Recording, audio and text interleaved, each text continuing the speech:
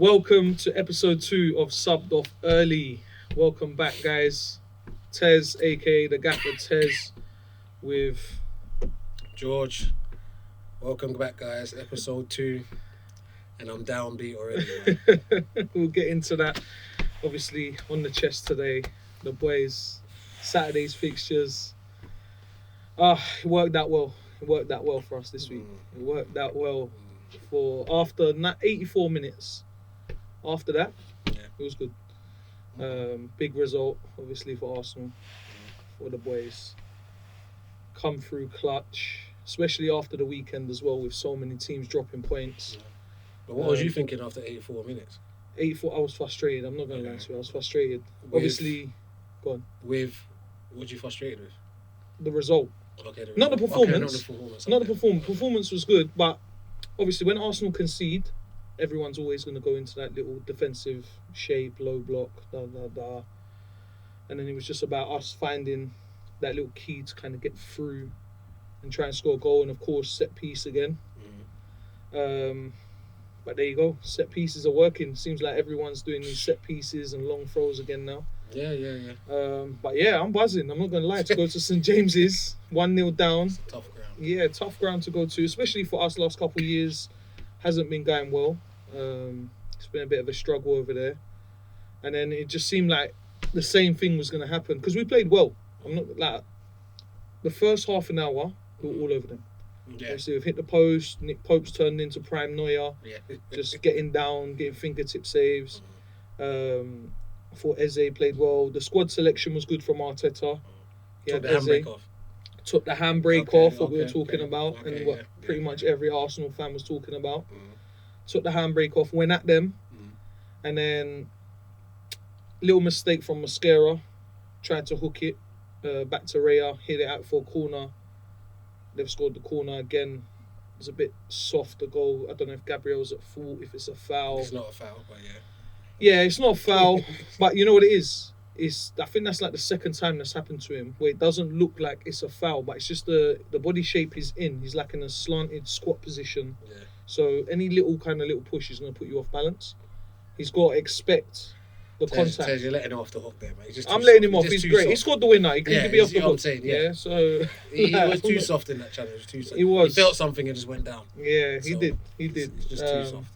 But yeah, I mean, Arteta's changes as well. I thought they were brave. Took off Saka, which I was calling for as well, because he's just come back from injury. He's not fit. He didn't look like he was doing all right. But he should have went at Dan Burn much more. Yeah. But you know what was frustrating me actually? There was something that we kept doing. We kept switching the play in the air towards Saka, and I'm like, you've got a 9-foot giant at left back that you're switching this ball over, and like it weren't. Yeah, it was just, again, it was a bit robotic. And then I think when Marino come on, I think I know what he was trying to do. He was trying to get more players in the box, even in the first half, to be fair, because Eze playing in that 10. Yeah. He scored a few times. Yeah, he had a couple half volleys or whatever. But Odegaard wouldn't be there. Odegaard would be next to Saka on this side. So it was good. So, I mean, if I was here yesterday, because obviously it's Monday, we're recording on Monday this week. But yeah, yesterday I was buzzing, man. I was buzzing. No, as you should be. For me, it was a sign of, even though it's early in the season, it's what champions do. If you want to be champions, you just got to grind out the result at the tough grounds. That's just what it is. I remember years ago when United was going for the title and ended up beating Liverpool. Many moons. 1-0. Anyway, guys, I'm going to come on to that. But anyway, those sort of victories, you need them. Even though it's early in the season, you still need them. They breed confidence. You can just go all the way to the final whistle. But for me, Eddie Howe, Eddie Howe went too defensive too early. For me. His changes as well. They were causing. He could have done the same changes. Obviously, I'm playing armchair coach here, whatever. But he could have done the same changes, but still stayed attacking, if that makes sense. Yeah. Because Alanga can stretch the pitch. Yeah. I don't know what the striker scored against Sula or something like that. He was quite mobile. And they bought, was it Harvey Barnes they bought on? Barnes. Or was it somebody else? Harvey Barnes.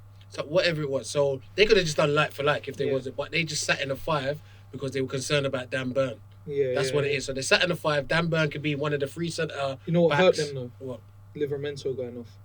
No, Livermento's a good That player, hurt man. them. I like him. He's a good player. But what I'm saying is that when he went defensive and tried to do the whole Pep thing, once again, it's the coaching scared thing. Yeah, You're 1-0 up against Arsenal, which is respect to Arsenal, because if City has to go to a back five, then Eddie Howe's thinking, yo, if City's got to go to a back five, I'm going to go to a back. But once again, you forgot that when City went to a back five, it was all Arsenal. Yeah. Do you get what I mean? It was just all Arsenal, all Arsenal, all Arsenal. So for me, Eddie Howe, in a way, the subs were kind of a negative. I see what he tried to do from a coaching perspective.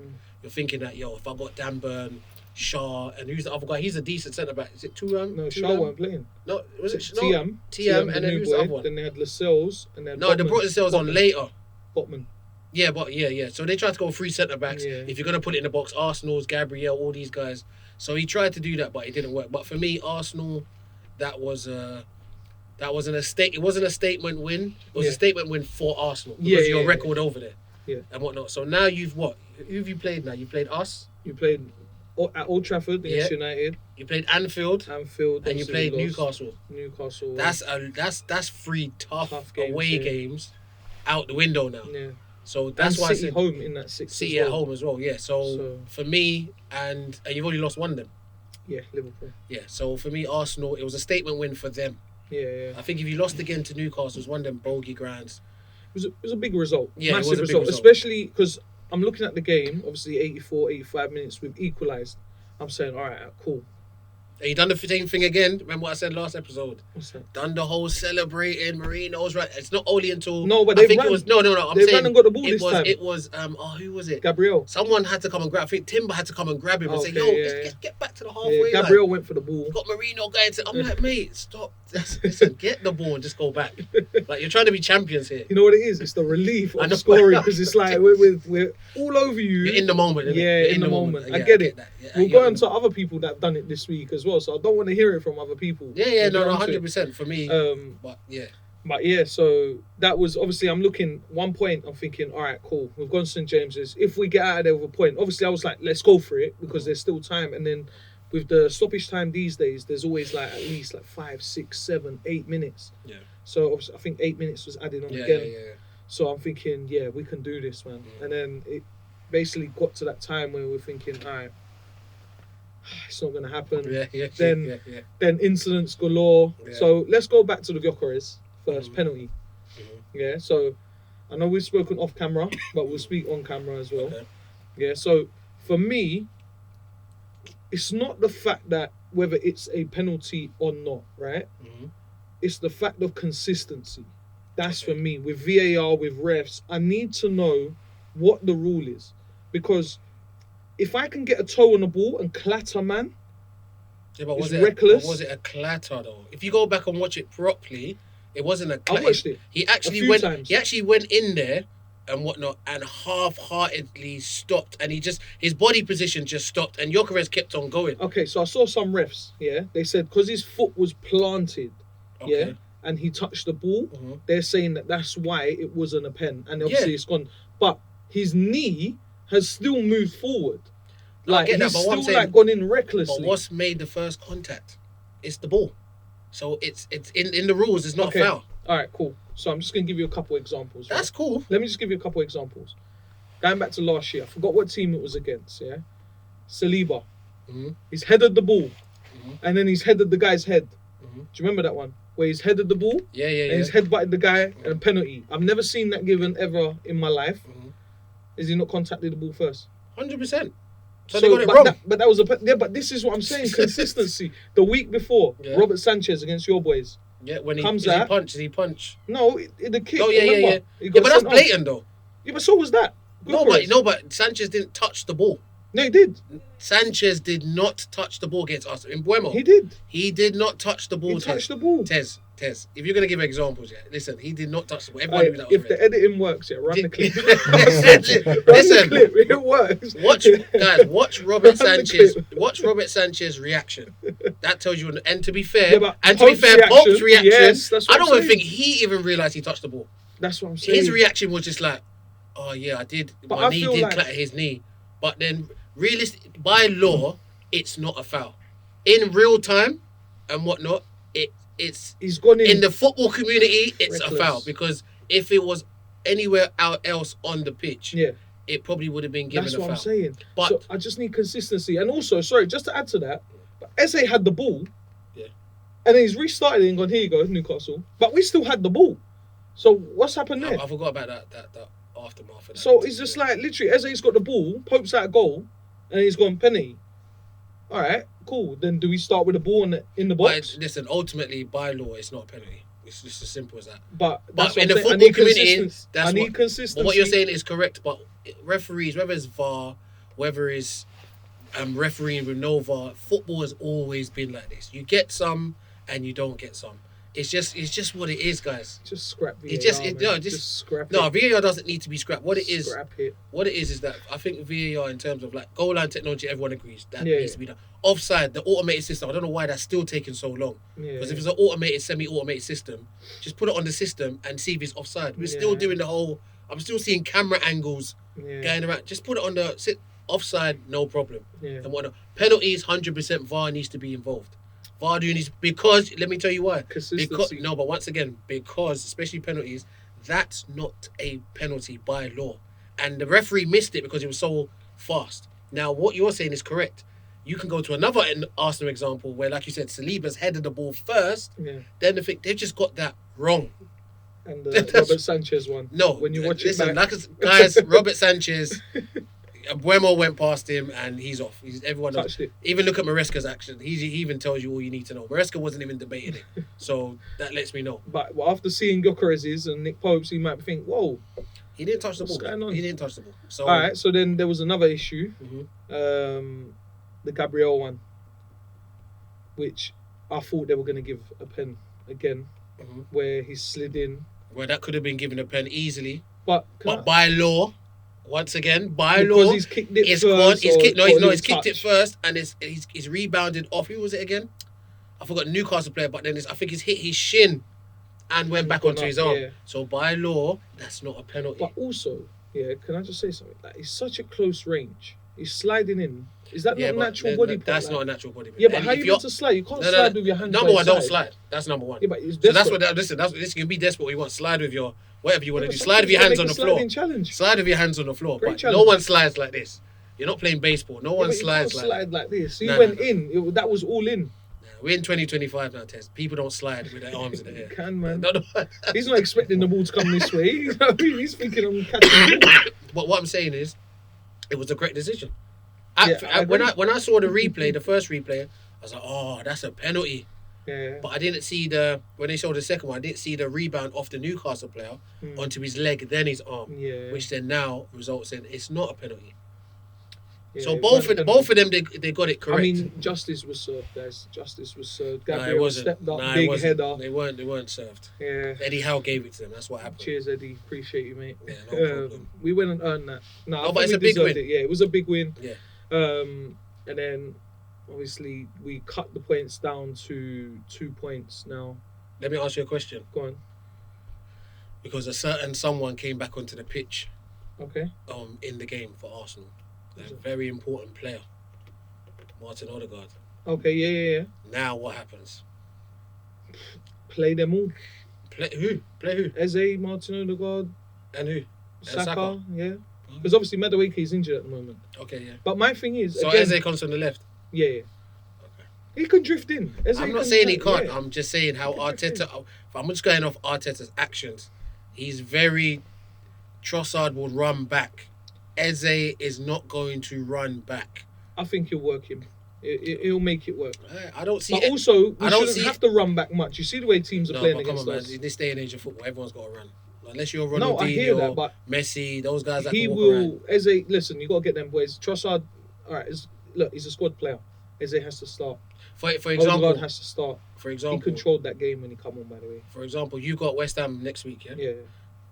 Then what you just said, the quartet should start. That quartet should start at home against West Ham. I still think. Well, we've still got Champions League midweek as well. It all depends, obviously, what happens there and minutes. And don't forget, Odegaard's just come back from injury. He might slowly, because then it's international break after that. Yeah, which gives him more time to recover. Yeah. Let me just quickly update everyone. So when it's international break week, I know a couple of people in the comments and like we've been getting messages and stuff like that off YouTube and whatnot. people want us to talk about grassroots and academies and stuff like that. So I think international break week we'll do that. Yeah. We can get into that. Because I know everyone wants to hear our takes yeah. on the grassroots scene, because obviously we're involved quite heavily and with academies and stuff as well, and just players in general. Oh, that's cool. That's cool. Yeah, so we'll do that. But yeah, so we got West Ham next week. We should get another 3 points, hopefully. Yeah, because they're horrendous at set pieces. See, we were talking about Potter as well, by the way. Potter's gone, Nuno's in. That was quick. That was quick, yeah. So that was quick. That was lined up already, probably. 100%. Even look at the way Nuno left. I think they're playing now, actually. No, I think they're losing to Everton. I think they conceded another corner. No way. They scored again. They scored from another corner. They can't defend corners. I was letting you know, West Ham's Achilles heel. To be fair, they can't defend corners. Nuno against Arsenal. Well. Nuno's defending. Oh, is it 1-1 now? Yeah. Who scored? Bowen scored. Who scored for Everton? Keane from Michael a corner. Keane. Okay. Yeah. Okay. All right. How long's left? Do you know? 76 minutes. 76 minutes. All right. Nuno may be more organised. Yeah. Set piece wise, 100%. Again, I know, like we're talking about Nuno, Forest lost again to Sunderland at home. They lose? Yeah, 1-0. They lose? Yeah. Forest lost 1-0. Against Sunderland? At home? I thought it was 1-1. No, 1-0. Sunderland had 10 men. Or was that another No, you're thinking of another game. Sunderland beat them, 1-0. Yeah. Oh, Forest in the dumps, man. Yeah, man. Forest Ange already. Oh, poor Ange, man. Yeah, I feel sorry for him. Jeez, why? Why to him as well? Yeah. But let's get on to... What should we get on to? Should we get on to Liverpool quickly? And then go on to your boys? Or you want to go on to your boys? No. Forget Liverpool for now. And whatnot. Let's go on to your boys. Amorim in or Amorim out? Because another defeat has just happened. Listen, there's two people in the building right now. Yeah. Who do you want to speak to first? Do you want to speak to the Man United fan, or do you want to speak to someone from a coaching background? I want to speak to the Man United fan. Okay, so Man United fan, Amorim has to go. Yeah, it's as simple as that. It's done. Yeah, it's finished. It's done. The experiment's done. I'm sure he's a great manager, coach, whatnot, but he ain't doing it at our club. It's as simple as that. The record, I think he's got more. If he's got more games than points, that is unacceptable at any of the United managers that we've had since Fergie has going down to David Moyes, Ralph Rangnick. Everyone's got a minimum of a back-to-back victory. Yeah. At the end of the day, so for me, as a fan, the record you can't defend it. It's time to go, and whatnot. It's just as simple as that. And I just don't even have even much to say about that as a fan. It's bad, man. It's not bad. It's not good. It's not good. It's not and this is my thing as a fan. In the press conferences, he did say, listen, he's gonna go down with his sister. He's not gonna change whatever it is. But one thing I saw in the game, which wasn't good for him, is when Luke Shaw came off, he went to a back four. That's not a good sign. That right there, just going off his own statements, is not a good sign. He should never ever, if that's what he's going to say and die on his formations philosophy, that's not a problem. But never ever he should have done that. When I saw the back four with Euro, I think it was Dallo, Euro, De Ligt, and what do you call it? Who was left back? Dorgu. What I said, nah.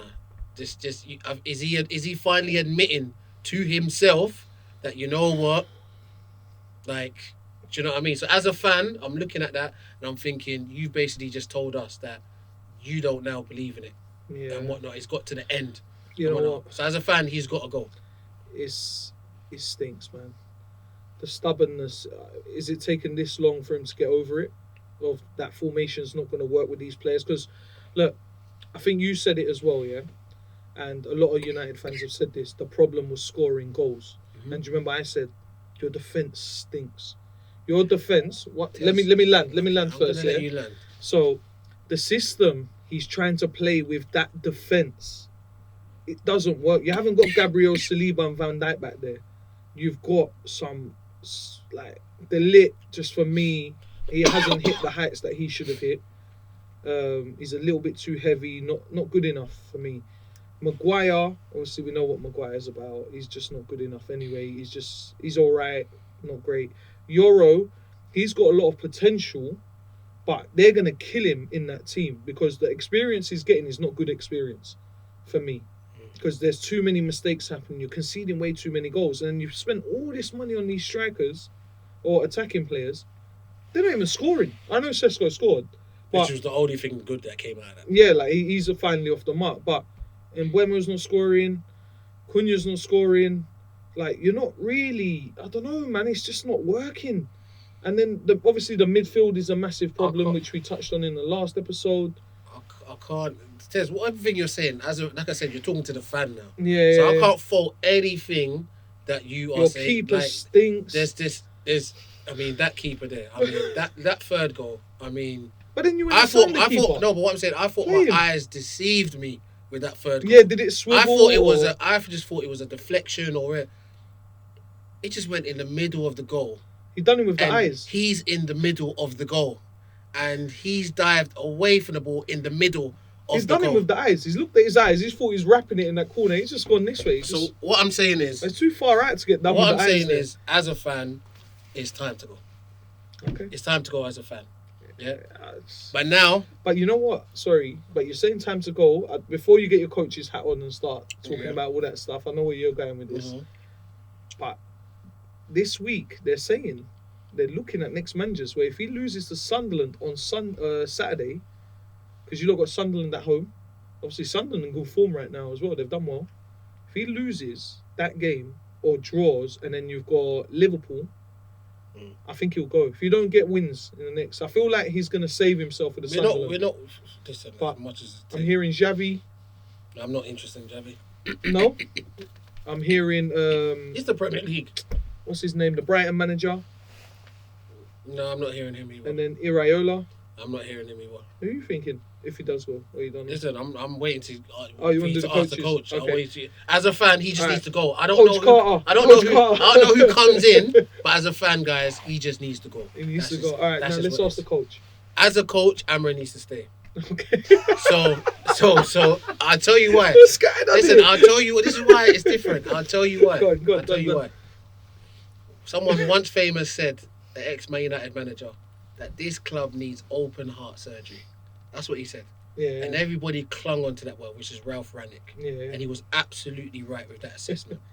The problem is what's going on with us United fans sometimes. Once again, our rivals are doing well. Yeah. Coupled with, obviously, we're not doing very well. But I want United fans to understand this. When people say open heart surgery and you agree, the surgery's not done. This is the problem. I think United fans think we're in the recovery stage. The surgery is still not done. The reason why surgery is not done, Bruno needs to go. Casemiro needs to go. Shaw needs to go. Maguire needs to go. Dalot needs to go. These are still players that are there that have got other managers sacked. So clearly they're not good enough and whatnot. So that's why I said with my coach's hat, if I take all the emotion away, and I think logically, he has to stay for the minimum of the season. He has to, no matter how bad it gets, Amorim needs to stay for the minimum of the season. Because what happens is, we get to this part of the season again, where he was hired last year, and we have to get rid of another manager and still keep these same guys thinking that a new manager is going to come and make these guys better than they are. What keeps going on like this though? It has to just... We're in open hearts. Battling relegation. I don't think people understand what open heart surgery means. You might be battling relegation. You don't want to battle relegation. That's a dark place. Listen, your life is on the line.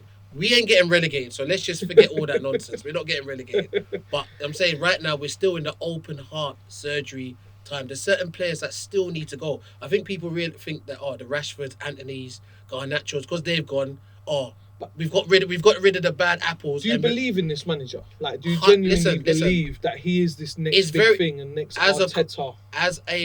First of all, I don't even want him to be Arteta, because if he goes 6 years without winning the Prem, I'm not happy. But anyway, didn't get you relegated. Yeah, but listen, for me as a coach, with my coach's hat on, I want to give this manager time. That's what I want to do. Why? Because I keep going back to it, Tez.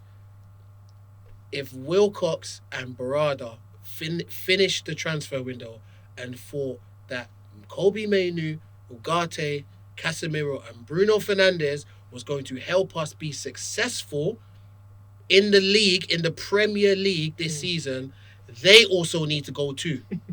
If they thought that was the case. Now, I'm only going off logic that they have just said. I said last episode, we're just going to wait till next summer to attack the midfield because we're going to get rid of big wages and we're going to bring in those dynamic midfield because that's what that formation needs. I know you go back to the defence, but if we have a solid centre midfield, that defence looks completely different because it's not wave after wave after wave after wave of attack. It doesn't happen. The likes of Jensen, Henderson and Damsgaard, who just look like world beaters against us.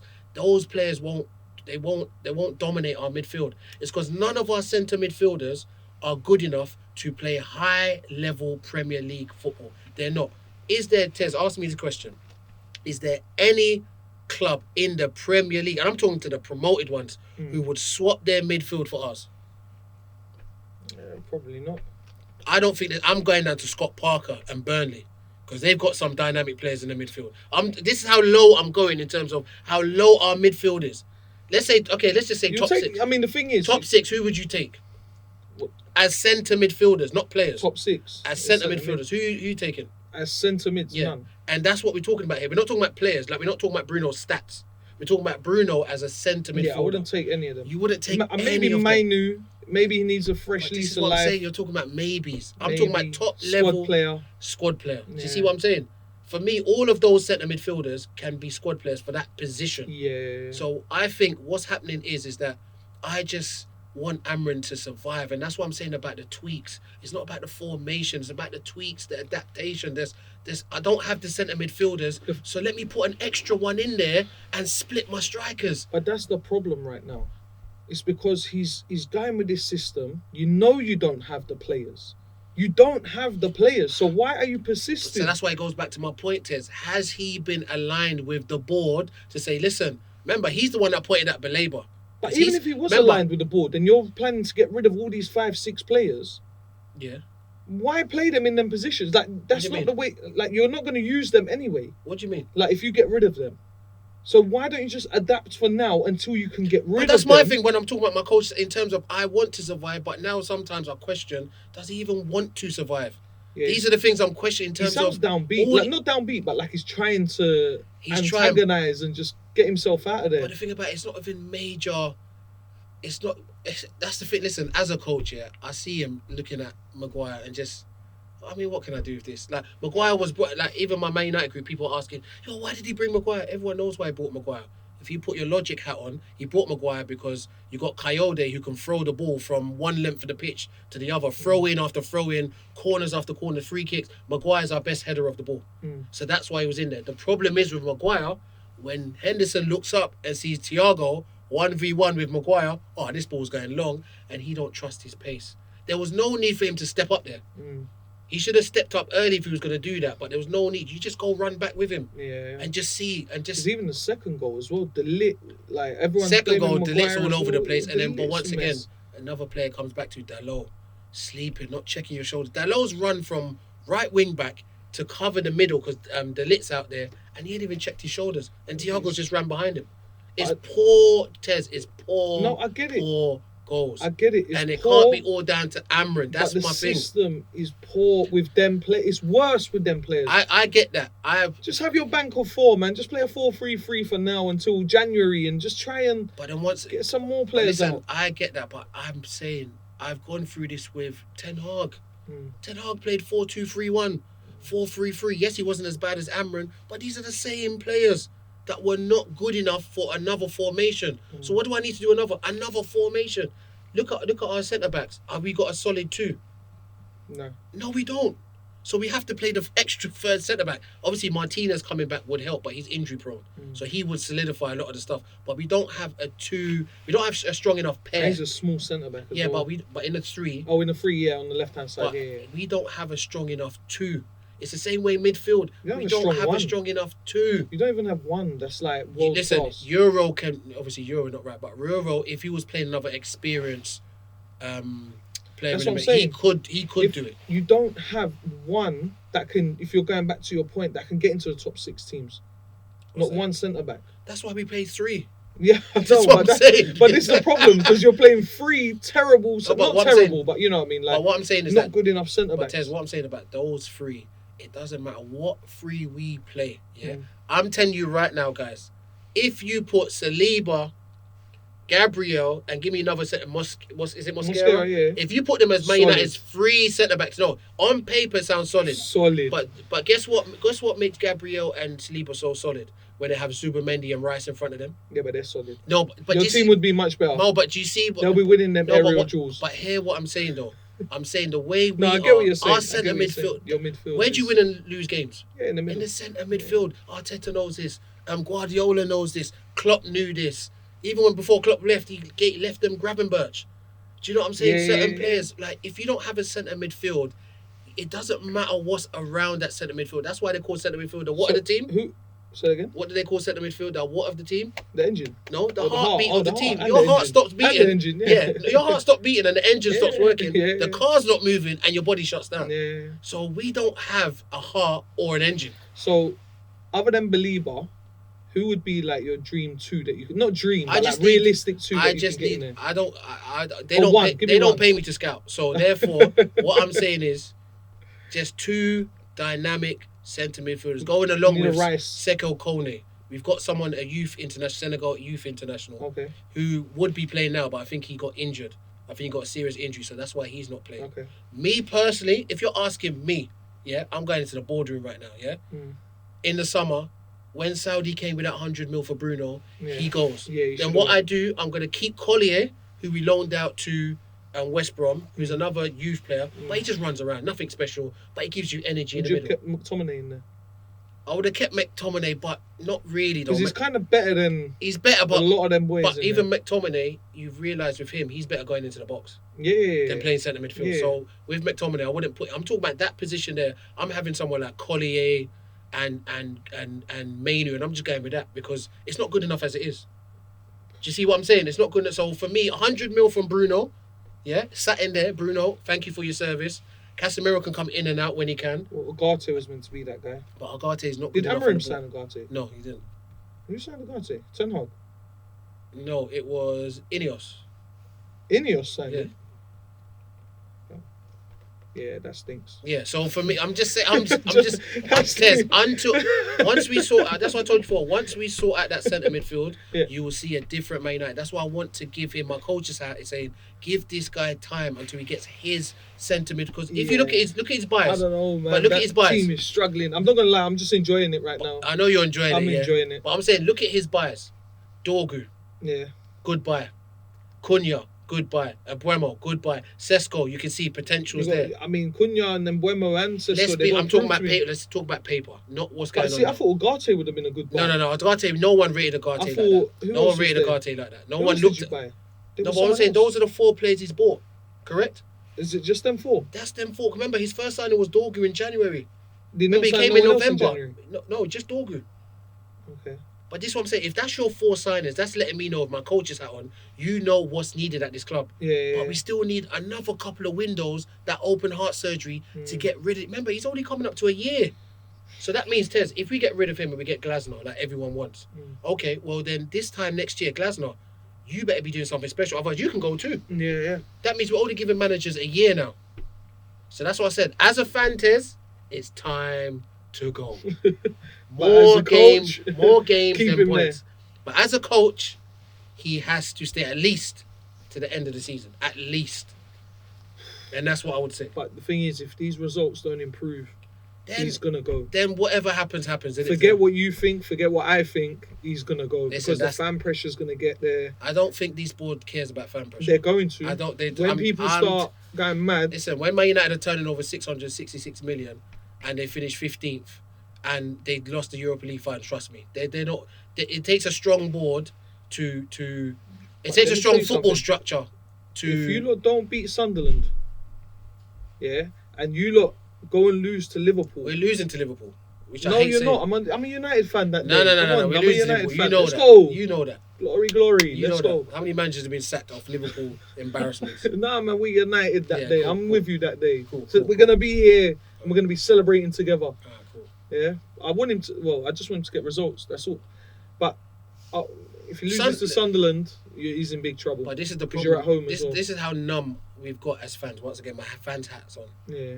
We wouldn't be surprised that we beat Sunderland. But then guess what, guys? What's after Sunderland? Liverpool. So we're going to go back to getting moved to against Liverpool. Then what we're going to do, we're going to swing it back by beating whoever we've got next. Then we'll swing it back by losing to a Leeds or something like. We just right now we're numb.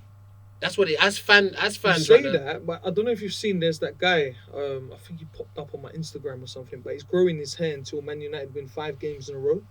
Okay. Well, and his hair's like out there. 5 games in a row. We can't even get 2. I know. We can't even get back-to-back games. See where the fan pressure comes in. There's fans attacking him at the stadium. Listen, that guy mad. Listen, and I've seen this with Arsenal where we started fighting each other and the board. All of this stuff I'm telling you right now. The board might have their contingency right now. They might be doing it right now, saying, listen, come January, we might even buy a couple man, this, that, which I think will be unfair. If you get rid of him in January and you're buying a couple centre midfielders, that'll be unfair. For me, you have to give Amorim to the end of the season. I'm done with this sacking managers midway through the season. Dalot is not going to improve if Glasner comes. Bruno Fernandes is who he is. Casemiro's legs are not going to get quicker. Kobe Mainoo can't cover ground. Ugarte is not going to be able to. He's not going to improve if another manager comes in 6 months. It's not going to happen. So, guys, we're still in the open heart surgery thing. So, guys, stop admitting what Ralph Rangnick said was correct. If you're not ready to go through the procedure, we're not at the recovery stage. You know what? It's mad as well because even as Arsenal fans, when Emery came in and everyone was getting onto Emery, we had horrible players. He tried to go in there and try and get rid of everyone, and everyone's guy turning against him. Like, what are you doing? What are you doing? Yeah. And it's like, no, he needs to clean out the whole squad. But that's why it goes back to my point in terms of with Amorim. I seriously, the only way that makes sense for me is that he looked at his midfield and said, I'm still gonna run my formation that I want to run because these guys have told me it doesn't matter what happens this season, we are going to back you and we're going to back you even more heavy come summer. So just run your system how you need to do it. Then you will know at the end of the season, the centre midfielders like Kobe and all those guys, they're not good enough, let's get rid of them. That's the only logical way I can think about this. You cannot tell me, Tez, with that centre midfield quartet that you thought you was going to play high-level Premier League football. Do you want me to be honest? I just don't really care. You know what I mean? I just want you lot to suffer as much because you lot made me suffer all them years. Because obviously, guys, I went from secondary school, Arsenal, Invincibles, all of this, winning championships and smashing it. So through all them years where we weren't winning nothing, all I could hear was United fans. You lot better focus about winning the league. This is the problem about Arsenal. This is the we're problem about suffering Arsenal. Together. You're not focusing on what you need to focus on. It's You're true. focusing Sometimes on I focus downfall. on everyone else's If you downfall. don't listen, you're right. But this year, this year we're winning the league. Let me make this. Let me make this statement. If you don't win the Champions League or the league this season, or the league this season, trust me, your season. Maybe on paper, it's not as bad as... Yeah. Arteta's going to start getting questioned. Everything's going to happen. But right now, we're sitting 2 points off Liverpool. You're good. And we're all right now. So United fans, listen, as a fan, I'm with you. Guys. He's got to go. Yeah? But my coach's hat is just telling me we should just wait to the end of the season. So I think you lot's problem right now is... What's the next step if he does go anyway? It's the same thing that's going to happen. Nothing's going to change, basically. Them players ain't changing. Yeah, nothing's going to change. Them players are not changing, Tez. Yeah. So, we can move on, boy. All right, let's go. All right, so, like I said, Arsenal, 2 points off the top. Liverpool lost their first game. Obviously, Eddie Nketiah, Arsenal boy, got the winner last minute. We sold him there on purpose because this is the year, Eddie's in the room, all the singing. Even I was singing. I was watching that. I came home from football that day and I was just let me put it on for the last 10 minutes or whatever it was. And I saw Eddie coming on. I was like, I've seen this player, he's going to do nothing. And he just dropped to him and he's just buried it. I also saw the Salah handball, another VAR one, where I think it was Mitchell. Is it Mitchell? The guy that headed it? The left back, Tariq Mitchell, no? So, yeah, he's a left back. He's a left wing back. It was someone that headed it, but he's saying, Salah's touched that with his hand. It's gone to VAR. It looks very close. And they said they can't, it's not conclusive. It's not conclusive. So obviously they've got their pen, buried it. Yeah, and then to be fair, again, justice served. To be fair, Liverpool, they had that result coming though. Yeah, they haven't been convincing. They've had that coming. Even Slot was criticising one of his players for trying to He's attack. He's feeling the pressure, by the way. I don't know why. I don't know why, but he's kind of mad on the side. What, because you've got... Maybe it's because how much Wirtz cost and how much Isak cost. You're buying players for 200 plus mil. Yeah, you're buying players for at least 200 plus mil. It's like Caicedo and Enzo. Yeah. You're buying these players for 100 plus mil. Like, it's pressure. Yeah. Like, but for me, if Slot... This season's a free swing season for me. Well, for Slot? Yeah, man. Like, you won the season. You won the league in your first year without classifying. Remember, we're going back to Man Utd talking about, Amorim ain't got his players. That's not his players, even though Klopp left him a good batch of players. But you still won the Premier League in your first season. The second season now, you brought in some other players. It's kind of just a season to get used to, and you're still at the top. And you're going to be at the top. Yeah, they're going to be thereabouts. When Isak starts getting into the swing of things and getting his legs under him and stuff like that, then yeah. But again, that's the first game they've lost, and someone we spoke about last week, Ep2 weren't playing, and he's been digging them out of trouble with like I said, he's been started well. You like him? Really? I like him. You like him? Yeah. I'm kind of looking at him going, did we make the right move with Gyökeres, or should we have got Ep2? No. To be fair, let's go back to Arsenal. Gyökeres, a lot of people have been slandering him. I thought he had a good game because he was battling against some giants, and his hold-up play was good. He didn't do a lot, but he was stretching the pitch. What's all the faces? I'm saying it, yeah. He done all. Guess he done all right. That's what I'm saying. He done all right. He's on a winning team. Glock 14 with no bullets, boy. He's already got what, 3? That's good, man. He better fire you to the title. That's what you bought him for, innit? Listen, if he scores 10 goals and we win the league, it worked, didn't it? Then listen, that's when you know. Obviously, then we'll go sign Osimhen next year from Galatasaray. I don't know about that. But no, he did work hard. No. All banter aside, he played well. He did work hard. I see him work in the channels, hold up play. It's a tough game, man. I don't know what people expect. Again, it goes back to my point of people expecting him to play like Isak or Henry. He's not the £150 million striker. He's a £60 million striker. Yeah, not even Isak's that much, but you know what I mean? Like, but Isak, he can do little magic, but he needs to get into the swing of things quick as well, because you ain't got time over there. It's pressure. He does, but he doesn't as well, because he ain't really had no pre-season with his teammates, all of that sort of stuff. So this is actually his pre-season now. Yeah, he's warming up. And we all know the media bias when it comes to Liverpool. You can never criticise Liverpool. This, that, and Liverpool are the greatest thing since sliced bread. This, that. Even when they're going through a bad spell, it's never Liverpool's fault. Somebody else's. Do you know what I'm saying? I don't know if you feel that in the media. No, I feel the Arsenal slander every single time. All the time. When you know how United are, the slander of United. Arsenal, I feel it as well. But when it comes to Liverpool, I don't know if there's so many media people that are part of Liverpool football. They don't get that. Do you know what I mean? They don't get that they're criticism never really like under that. It, innit? Like, yeah. Listen, for me, I'm on fraud watch right now for Flavor. What's his words? But listen. People are on that watch with Rice. When they were talking about Rice, 100 mil. Every single game. Listen, how much did he cost? 100 mil. 100 mil? Wasn't that 115 or something? Wirtz. Oh, Wirtz, yeah. Wirtz was on. Listen, I'm on fraud watch with him. I'm on fraud watch. But then once again, Bundesliga to Germany, whatever. But again, I feel like he's got like a good few months to kind of settle in. You see, like Rice, it was like you have to make an impact now. That's why they bought you. Wirtz, it feels like he's just a player that's come in just to add a bit more quality. Because they got Gravenberch, McAllister, 100 mil plus players. I don't care if it's inflation or whatever it is.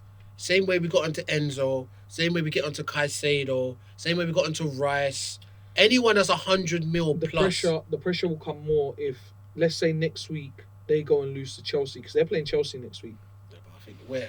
At Stamford Bridge. I think they'll beat them. Yeah, but Chelsea have lost 2 games on the bounce. Yeah, they've got to turn it round. So if they lose next week and then go into the international break and Arsenal's top, let's say we beat West Ham, Chelsea beat Liverpool, and then we go top, and everyone's like, oh, Arsenal top. Now Liverpool, come in and show us what you got. Because if he doesn't perform in like the next 5 to 6, 7, 8 games, it's like, this guy's a fraud. Well, he should be, but I'm telling you, watch the media. You won't get onto him like that. They won't get onto him like that. Watch Liverpool. They won't get onto him like that. Yeah. So with Liverpool, for me, they, like I said, going back to the match, they've been that loss has been coming.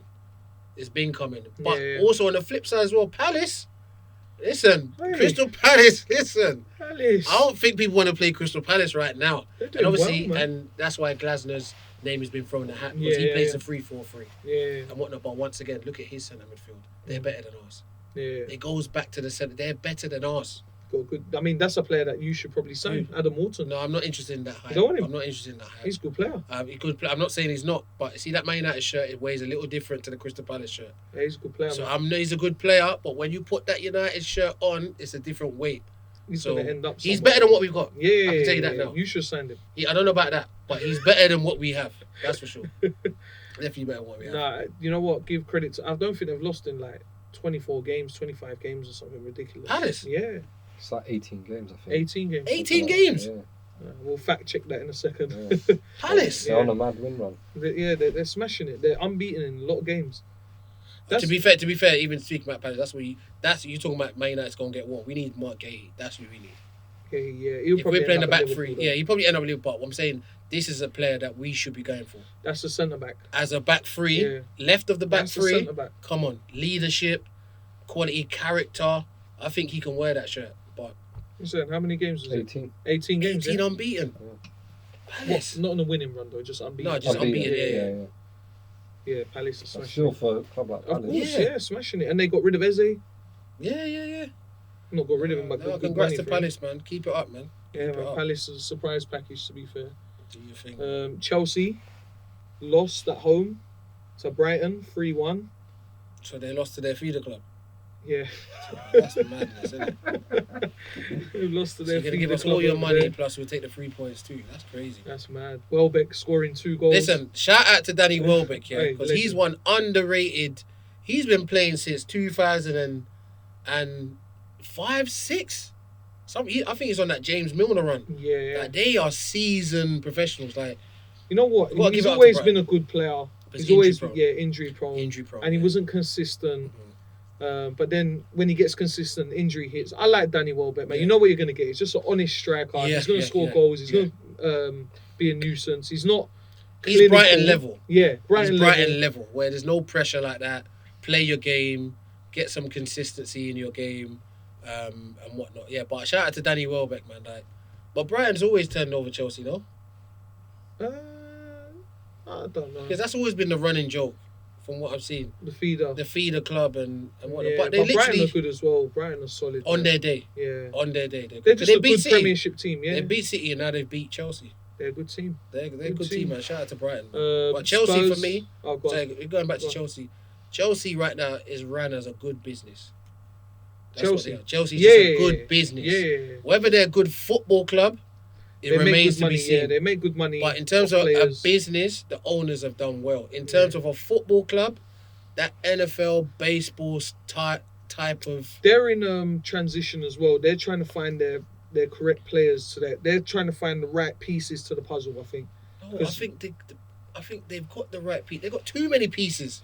That's their... You can even see with their subs. But that's the thing. You've got too many pieces. You just got to find which one is the starters now. Which ones connect the team properly. But that's what I'm trying to say. Their defense is horrid I think they've got the pieces to put the puzzle, but they've got extra pieces that are trying to fit in that same puzzle. Because even their substitutions, every time it gets to like 60, but 70 their minutes. Winners? You told me, was it Gittins, Garnacho? But that's what I'm saying. Neto, who's going to start? But that's what I'm saying. In terms, they've got so many players. Where's Palmer playing? Is he playing on the wing? Is he playing the 10? He's playing the 10. Where's he going to play? Where's his best position? He's playing the their 10. defense is a bit... No, their defense is all over the place. They've got too many, But what allows Chelsea to be... young boys. What allows Chelsea to be above water, once again, it goes back to my point, they're centre midfield. Yeah, Caicedo and Enzo, they're good players, man. And I like João Pedro as well. Yeah, João Pedro is a good player as well. Like they've got the ingredients to make a good meal. Do you know what I'm saying? Just like they don't know what meal to make. Yeah. That's their thing. They've got so much ingredients, they actually don't know what meal to make. It's too salty. It's too spicy. They don't know what's going on. It's just an overload of the same thing. Yeah. But they've got a good foundation. They've got a good base. But right now, they're a good business. But they've lost 2 back-to-back now. And then next game is Liverpool. So, must win, we'll go to predictions later for next week. Must win. But Spurs as well. So, I was in a restaurant Saturday night. Cousin's birthday. Shout you out. watching the Spurs game on my phone. My dad's a Tottenham fan. Okay. So we were just watching like the last half an hour, but obviously we're at the birthday, so we're not watching it properly. But my dad invested in it. He's like, we're not doing nothing. Like, this was second half, by the way. And he's like, this is terrible. Like, I can't, like, what are we doing? There's no plan, there's no nothing. Then Wolves scored, and obviously Palhinha scored. Mentality, if we're talking about celebrations, he's taken off the shirt, gone flying, going mad. But apparently it was addressed, because my group chat, someone told me, he said that he wasn't happy with his own celebration.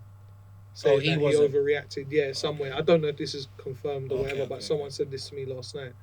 And said, apparently he addressed it and was like, it was just because like I was just in the moment. It's relief, and it's football. Yeah. Last minute. Like you're about to lose, then you feel like you've got that winning. I know what it means. But then when he thinks about it logically, again, I think that team. See, this is again, it's a Thomas Frank. He's gone in, he's brought in a couple players, and he's going to build something good there because he's got a nice base off the defence. He's got a decent midfield. He needs to bring in a couple more. I think they need strikers because Richarlison ain't it, Solanke ain't it.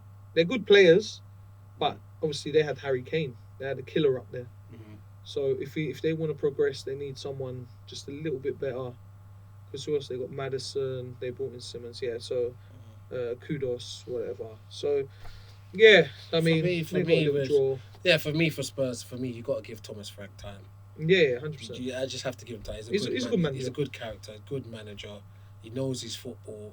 And remember as well, like he said in his interview, he planned to work alongside Daniel Levy. Daniel Levy's now gone. The club's going through a bit of a change, a restructure and stuff like that. So you have to give him time. Obviously, as fans, it's hard to give because you're just there emotionally invested. So as fans, we need to be better than Wolves. We need to be doing this, or we can't get outplayed by Bournemouth or whatever it is. But for me, Thomas Frank, you've got to give him time. He should be feeling no pressure right now. Yeah, there shouldn't be. To be fair, he's not doing bad as well. He's just got to implement the stuff that he wants to do. It's not going to be. Once again, that's probably my coach's hat speaking again. It can't be overnight. You've got to give him his time. Yeah. To be fair, if they finish top 5 Champions League, I think that'll be good. They're happy. Yeah. I think that'll be a good return. Get a decent cup run or something like that. I think that'll be a good return. They won their first trophy last year. Yeah. So if they can go win a Carabao or I don't know, FA Cup or something, they're happy. And then the manager now has to probably speak to the restructure, the hierarchy. Okay, what's the vision now going forward? Because I came in and it was with Daniel Levy. Now Daniel's not here. What's the structure? So all this takes time, and you can't do it during the season because there's no transfer windows. So you can only do it obviously in January. Then he's got to wait till the summer. Yeah. But just got to give him time, man. He definitely deserves time. I like Thomas Frank, man. Yeah, he's good. Good manager. Good manager. But speaking of Brentford doing well without him. So well done to Brentford. All right, cool. Should we go predictions for next week? Yeah. Do we have to? Jeez. Yeah, let's do predictions for next week. So I'm predicting Arsenal finish top of the league next week. But yeah, so we'll get games for next week. Yeah. So on Friday night, yeah. Yeah, it's Bournemouth v Fulham. Friday night, Bournemouth versus Fulham. Where's the game? At Bournemouth. Okay, cool. I'm going Fulham. You going Fulham? Yeah. I'm going Bournemouth. I think Bournemouth at home. Semenyo's on fire. Yeah, Fulham just lost, didn't they, to Villa? Hey, let's mention Villa. Yeah, I said Villa will be cool. They got 3 points. Alright, I said Villa will be cool. Everyone's on this Emery pressure on Emery, and Villa will be cool, man. They got 3 points, man. It'll be cool. So I'm going for Fulham. All right, cool. I'm going for Bournemouth home. Yeah. Who's the next one? Saturday. Yeah. Early kickoff. Early kickoff is Leeds at home to Tottenham. Leeds versus Tottenham. Oh, Ellen Road. That's a good game. I'm going Spurs. I'm going draw. I'm going draw for that one. I'm going Spurs. Yeah, Spurs away. Yeah, to be fair, that's where they perform better. Yeah, probably, yeah. But I'm going draw. I think Leeds have started all right. I'll go draw as well. I'll go draw for that one. Then Arsenal-West Ham. Arsenal-West Ham. Arsenal 3-0 winners. Arsenal can just play with corners and win the game. They don't even have to play general football. Yeah. West Ham don't know how to. They just play corners. Corner for corner. That's what it is. I'd score 3 corners, win the league. So that's an Arsenal win. Yeah, I'll go 3-0. I'm even giving a scoreline there. 3-4-0. Probably end up losing 2-1. You know, like that. That's what our problem with Gokares has scored 2. This is where I need him to perform. Get me over the line on these games. Yourselves, man. No, it's an easy Arsenal. It should be. It's easy, but never. It's never easy. But I think you've got. You know, what it is. I think you've got loads. How did the thing finish, by the way? 1-1. 1-1 finish. See, already got a point. He ain't going to Emirates. New manager bounce. Yeah, New manager bounce. He ain't going to Emirates doing that. Trust me. That's an easy win for Arsenal. It should be, man. Arsenal start fast. It's over. Yeah, we got to get an early goal. Yeah. To be fair, that's like every game with Arsenal. We get an early goal, we're good. We're good to go, man. Yeah. Next one, Man United at home to Sunderland. Man United at home to Sunderland. Yeah. You know what it is? I'm going to go first on this one. United are going to win. You know why? Because Amorim, every time he's under pressure, he just sneaks out a little win just to give him an extra couple weeks. That's what I feel. I hope we win. You're going to hope you win. Just pray. What else can you do?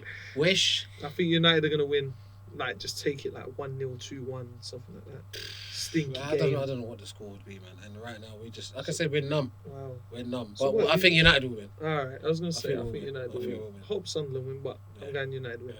Then evening kickoff. Yeah. 5:30. 5:30. Chelsea at home to Liverpool. I'm tuning into that, hopefully. But Chelsea have a lot of players missing as well. Doesn't matter. Yeah, they've got a few players missing. They've got a few Chalobah players got missing. sent off. Yeah, They've got a Chalobah's few off. injuries. Well, I'm hoping that Liverpool lose, but I think they'll win. I'm going Chelsea win. I think they've lost 2 games in a row. You hope Chelsea win. No, I just think that game, Chelsea will be up for it because they've lost 2 in a row. Maresca's going to be on it. Everyone's going to be on it. Cole Palmer penalty, 1-0 win. Okay, cool. Nah, I go Chelsea win. What are you saying? I'm going Liverpool. Liverpool win. Yeah. I hate Liverpool. I know. It's just is what it is. Sunday. Yeah, Sunday. Yeah. Villa at home to Burnley. Villa at home to Burnley. I'm going Villa. I say they get back-to-back wins. I'm going draw. Draw? I think Scott Parker might do something. All right. And then Everton at home to Crystal Palace.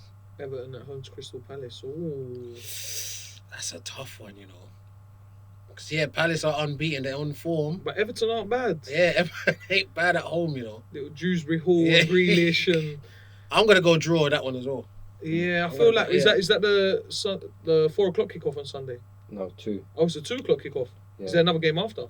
Yeah, there's Okay. 4 2 p.m. kickoffs. All right, I'll go with draw as well. I'll go draw. I thought if it's the 4 o'clock kickoff that's live, then there's going to be a couple goals. But you know what? I'm going Everton. Jeez. I'm going Everton. Hey, got your mind. Crystal Palace, they're going to lose their first game. I'm going draw. I think the unbeaten one will carry on. Okay. And then Newcastle at home to Forest. Newcastle.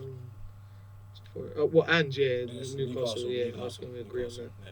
That's an easy win. Newcastle, 5-0. Oh, poor Ange. Ange, man. Poor Ange, man. Sorry, Ange, man. I actually like him as well. I think he speaks well, but that Tottenham pressure, man. Listen, Ange backs up his chat, man.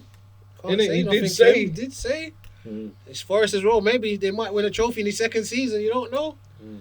He backs it up. So, yeah, but I'm going Newcastle. Yeah, same. Newcastle. Is there a Monday kickoff? I Nah, mean, we'll there's probably more, be there's here. more Sunday. Oh, No, there's more Sunday. more yeah, on Sunday. Yeah, there's 4 2 p.m. kickoffs on Sunday. Oh, wow. Yeah, there's more this year. All right. Wolves at home to Brighton. Wolves at home to Brighton. Oh, that's a dodgy one, you know. Because Wolves have been bad, but Yeah, if you catch Brighton on that day, I think Brighton and then Wolves manager gets sacked. yeah, I'll go Brighton, man. I think, yeah, I'm going to go Brighton. Yeah, I I'm think gonna go Brighton's Brighton. strong.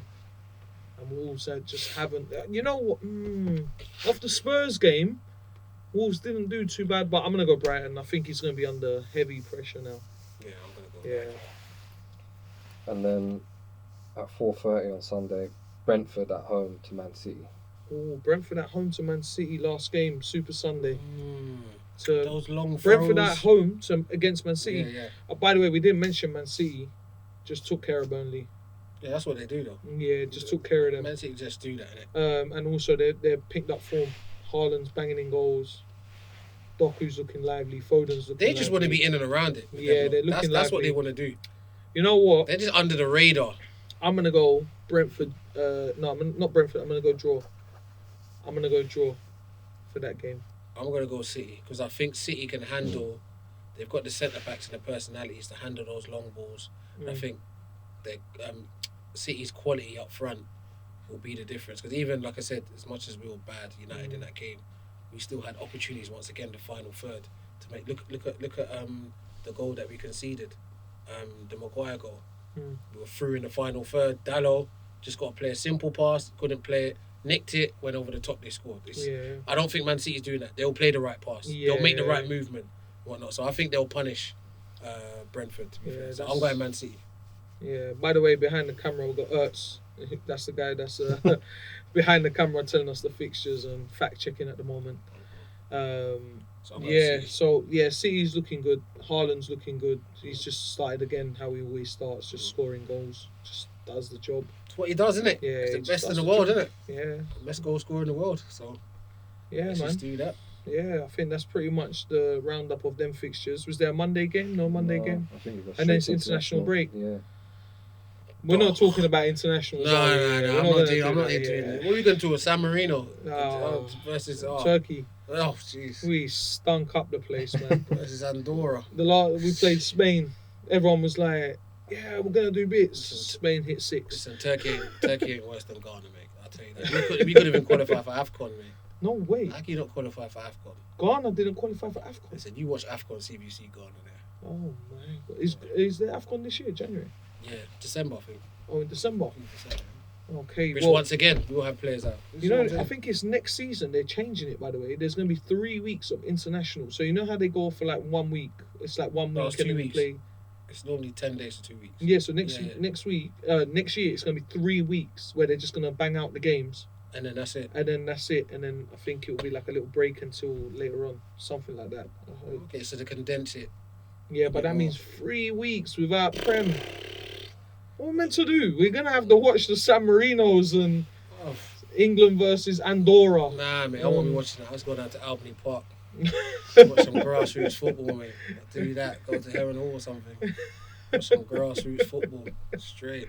Yeah, man, come down to the home pitch. Parks are limitless. We'll come and watch them games. Yeah, man, come watch them. They're entertaining games. Yeah, there you go. Every week something different happens. Don't worry. We'll come and watch them games, boy. Yeah, all right. Listen, we're moving into our segment. Okay. Subbed off early. Yep. We explained it to you guys before. We're going to have 3 top players, and one of them has to get subbed off early. Hey, you know what? A lot of people like this in my group chats, especially. Yeah. They were going. They were like, that's a good one. They were like, everyone agreed that Drogba had to stay on. They were like, he's clutch. They're like, he's the clutch man. But then it was like Haaland or Kane. So it was a mix. Obviously, I've got Tottenham friends as well. They're like, Kane. Yeah, of course. And then, what's this week's 3? So this week's 3, we're changing it up. So it's not strikers. We're going with midfielders this week. All right. So the 3 players we've got are Zidane, Iniesta, and KDB, Kevin De Bruyne. So that's 3 players. And you know what it is? They're all clutch. They're all top boys, top players. So who are we subbing off? See, the third one, obviously we've done Zidane, Iniesta, and KDB because KDB was top. Like everyone, we're talking about everyone in their prime. Yeah, everyone in their prime. So who are you keeping on that pitch? Obviously this week it might not be to score a goal. Well, it can be to score a goal, but obviously it's going to be more who's going to have more influence on that pitch. As a midfielder. I don't know if we both agree on this, but I feel like we will. But Zidane's got to stay on that pitch. Zidane's got to stay. Zidane's got to stay. That's just automatic. Just like Drogba last week. Yeah, there's always automatic players. There's always some automatic players.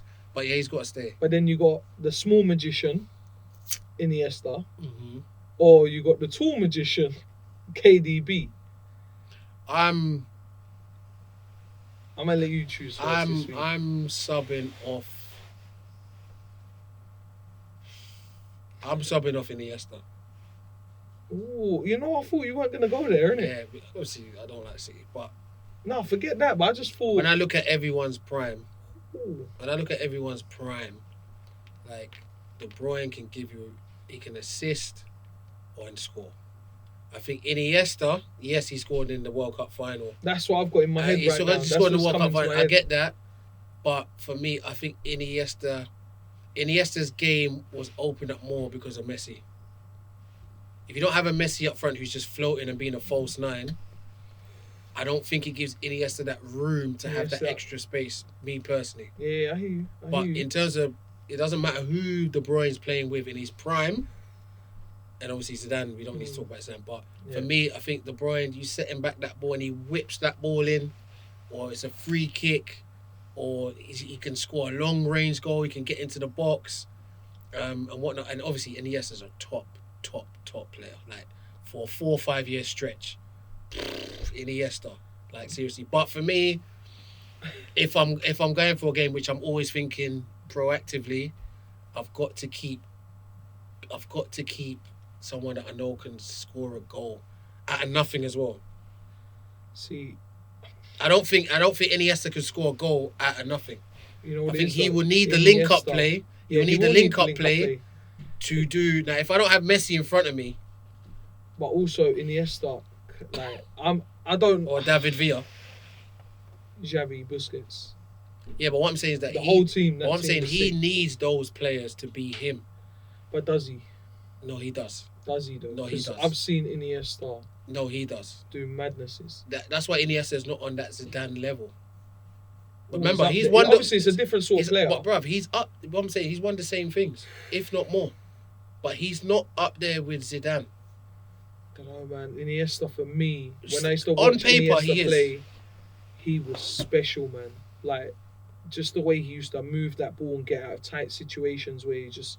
But once again, look was what you incredible. just said. Look what you just said. The way he used to move that ball. So already he needs others that are No, on I'm the not same talking about wavelength as him. in passing the ball. I'm saying the way he used to float with that ball. glide with the ball. Yeah. But he weren't that. No. For He me, used to do them little over the top I get that, Mark. For me, or I think, them little... and once again, I'm don't think that I'm disrespecting. No, listen. There's no one being Yeah. disrespected here, but I'm just thinking, I'm making an argument for Iniesta because I used to rate Iniesta, like I still rate Iniesta, but he was just so, like, the footwork, like even the skill, you know, like nowadays, like when we're coaching, like the Iniesta. There's no KDB skill out there. Yeah, but it's not about skill. He's not got looking the at Beckham skill. trait, you know, when you call it De Bruyne. Yeah, but what I'm saying is Beckham. it's not even that. I'm saying some of the assists Yeah, that KDB's KDB's ridiculous. done is out of this world.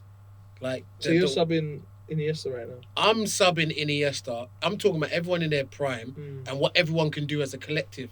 KDB can get me a goal Because you know what's out of nothing. You know what's popping into my head though? So you know, like we're talking about goal or something. So obviously Zidane's one is the left-footed Champions League winner. Against Bayer Leverkusen. Yeah. Yeah. So that's popped into my head. Then you said it earlier, the World Cup Iniesta where he's got through and buried it. Big goal. I'm trying to think, what was KDB's one? And I'm not saying this is a be all or end all, but what's KDB's? But listen, he's part of a treble winning team, so you can't even really say that. No, but I'm just saying, where's that little clutch moment? Yeah, but you say a clutch moment, but listen, I'm just saying, if I'm coaching this team, who's going to give me more of a threat going forward is not going to be Iniesta. That's what I'm saying. But also, I think Iniesta works very well in a... That's why he had... That's what I'm saying. It depends what sort of style you've got as well. What I'm saying, he played in the best Spanish team and the best Barcelona team, arguably, ever. But he was top 3 in that team. But this is what I'm saying. Always. But was he top? De Bruyne was top in his team. Top. Yes. No doubts. No Barcelona, he might have been players. second. Who? Iniesta. Because it was I'll give Messi. you that. Yeah, I'll give you that. He might have been second. I'll give you that. Obviously, you're second He's to above the Xavi. to the goal. He's above Xavi for me. Yeah, I think he's above Xavi. Yeah, I think he does more than Xavi. So that's cool. But what I'm saying is that Kevin De Bruyne And was in top. that Spanish team, who was their top boy? Iniesta, no? Is David Villa? Was David Villa playing them times? Or was it No, David Villa was playing them times. It No, might have been Morata and them Morata. guys. No. This is David Villa time. This is David Villa. Fact check. This is David Villa. I'm sure they played even without David Villa at one point. I They think didn't have a so. striker. It was Fabregas playing up front. I'm sure Fabregas playing like the false nine. But the prime Spain. What David Villa? Everyone knows this. Yeah, no, they No, played together. David Villa was there, but I know Fabregas, they wanted to fit him in that team, so he was playing like the false nine. I just thought he was there. David Villa might have been on the right or something.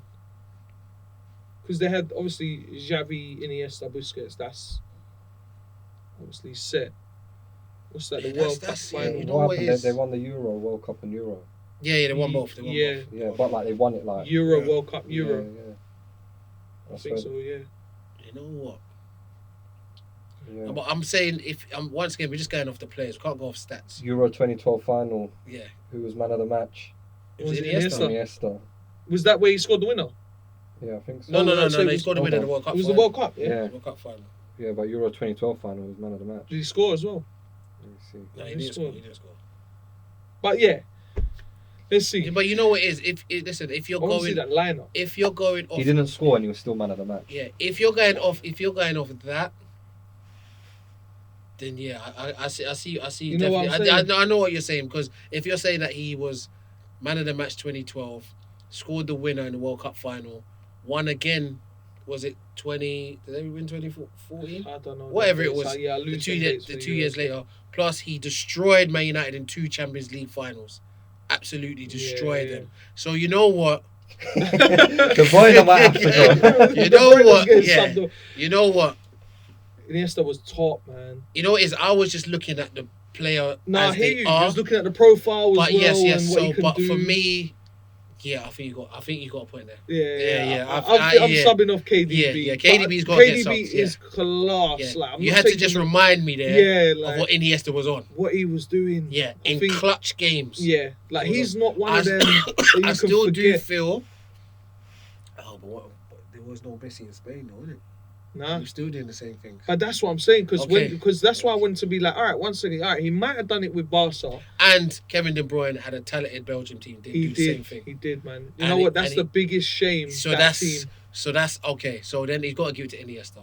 So Yeah. that KDB. So ref, just another one. Yeah, KDB. yeah, I know yeah. you just came. You got to come off. You Come, gotta quick, come on, get Iniesta Iniesta, back get on, back on. yeah, Get back roll on. on, Get back on. roll Yeah, off. yeah, yeah. Roll on, roll off. Sundays. Yeah, roll off. Yeah. So Yeah, it's youth football. yeah. So his KDB's got to come off. Yeah, man. KDB's Take got to come off, KDB out of I had to be reminded of what Yeah, man. who 'cause Iniesta is. You know what it was? Iniesta was just so good. Like, That means realistically. what, Zidane? Nah, Zidane stays, man. No. Don't I'm try saying. and Whoa. question Zidane. I'm not saying. Oh, I sorry, remember when I thought you said was he's not on that Zidane level. Yeah, he is. Is it because of the eye test in terms of what Zidane can do I think because we see them as individually? different players. Yes. You know what I mean? Yeah, I do see them as. Because obviously Zidane and De Bruyne, they're quite tall and But quite. is like, Iniesta more of a strong. system player? Nah, man. He can play anywhere. You put Iniesta in your midfield right now, he's running the show. Oh no, I don't want to give him that sort of disappointment. No, I don't want to. Put him in the Arsenal right now, he's running the show. It's a good system. Yeah, but even so, like, put him wherever, man. He's a top player, man. The footwork, He scored the that goal against magic. Chelsea. To see them through when Mourinho was there. Yeah, oh yeah, I That- forgot that about that. last It's a minute goal. disgrace. Yeah, That yeah, game. Yeah, and it was a disgrace, but It was, yeah. But no, I've got to give you that one. Yeah, yeah. So let me guys, take that one this week. Yeah. Well, Iniesta's got Yeah, he's Iniesta, just got- Zidane, yeah, De Bruyne. Brian, just sit down. Yeah, just chill out, man. yeah, You're chill injured out. anyway. Yeah, You're yeah. injured. It's cool. No, so we got to give it. Yep. So guys, this week getting subbed off early. We've come to a conclusion. It's KDB. Yeah, man. Done. It's That's finished. it. That's done. That's All it. right, guys. By the way, like, comment, subscribe, put comments in, put topics, questions. A lot of people are doing it in the group chat, and then sending me voice notes or. Remember, phone guys, calls. I'm not in his group chat, Yeah, so yeah, I'm not yeah. gonna see. If you put him in the comments, And then what's happening We in get his to group both see. chat, I don't see. Yeah. So, and then we're talking about it like outside, and we're like, well, put it in there, and then we can kind of choose whatever that we can pick up. Even if there's questions about anything, just put it in there, like grassroots academy takes. Just put it on there. If you want us to discuss anything, just put it in there. Because we just need to get the engagement. Right now, I think, I don't know, last I checked, we were on like 50 followers. So 56. like 56, sorry. So the road to 1,000 might take a few months, but Open heart surgery. open heart surgery. Yeah, we need the algorithms. But yeah, like That's good, everything man. should be good. We appreciate the support as well. Yeah, man. Really. We appreciate all the support. Seriously, I know a lot of people. Like, I had someone message me. They were doing the dishes. Oh yeah. And it had his missus actually sent me the picture and Yeah, goes, yeah. look, he's watching you on the phone. Like he's doing the dishes, and I've got the phone, on the just thing. watching. Yeah, it was good, man. A lot of people watching it saying like good stuff. Obviously, like they're an hour long in it, so whenever you can get through, we're gonna try to do a lot of different stuff as well. And like I said, next week will be Obviously, Premier League again. We're going to see who finishes top before the international break. And then that international break, we'll do a segment on the grassroots or academy, or we'll pick something to start talking about, because I know a lot of people want to hear about that stuff. So we'll do that stuff as well. But again, put it in the comments. What do you want us to talk about? If there's anything specific that you want us out there talking about, or you want to know inside on, obviously we can't give you too much, but we'll give you as much as we can. You know what I mean? Without crossing the line and whatever. But yeah, guys, episode 2. Thank you for tuning in, and we'll catch up with you guys, man. Soon. And don't get subbed off early. Don't get subbed off early. Nice one. Take care. Nice one. All right, cool.